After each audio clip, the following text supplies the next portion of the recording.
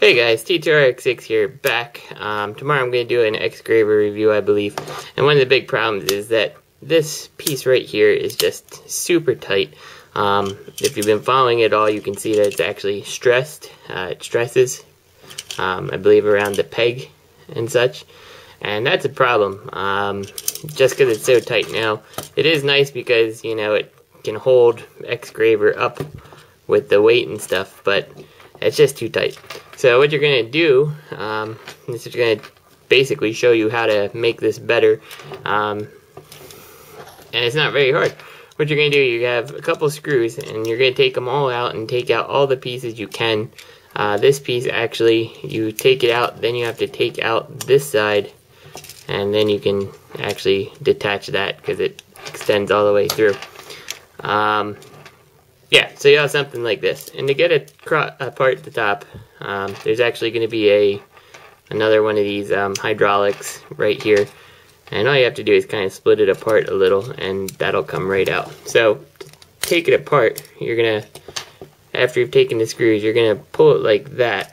And it's going to take a little bit of doing to actually make it happen, but you should be able to do that. Once it's apart, like this, take it, and you'll see at the bottom there's another one. Just free that peg and rotate it on out. It's going to take a little bit of work. Mind you, I've already messed with mine a little to make it easier to work with. So just get that out and carefully rotate it down. It will be easier once these are freed apart. So once that's apart, you can take the top off just to get it out of the way. And that's just on this peg that goes all the way. And I didn't have to take these last pegs off. I only took them off just in case. So, whatever. You can leave it like that.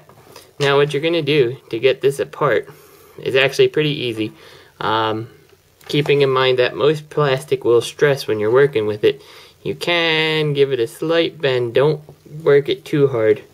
But you should be able to start separating the bottom. And if you work it, you'll actually be able to pop this on out of here. And it'll come right out. Just don't do too much because you don't want to stress these.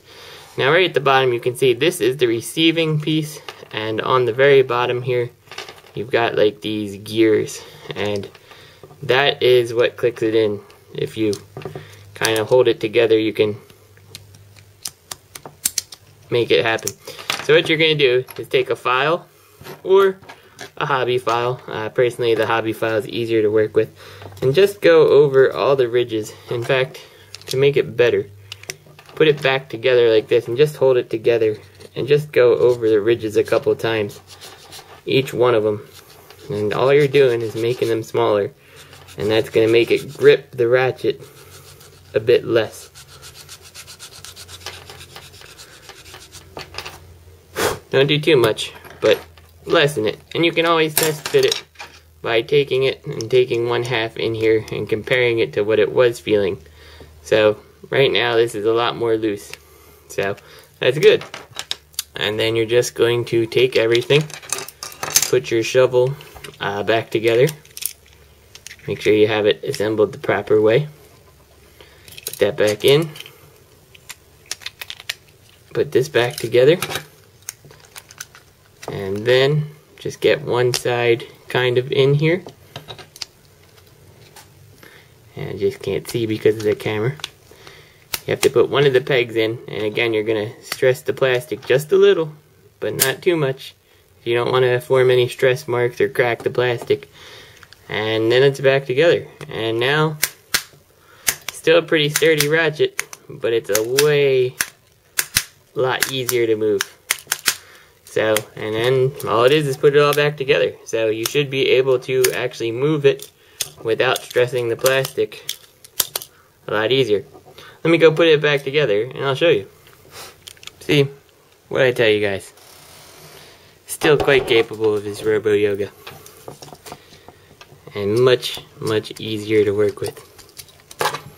Whoop. Except when you pull the peg out. But other than that, easy as pie. See you guys. You know, while I'm at it, I might as well show you how to fix his feet. Now, he's going to have one screw here, and 3 screws here. When you loosen it and you start wiggling the legs, this is going to come out. But the assembly is super simple.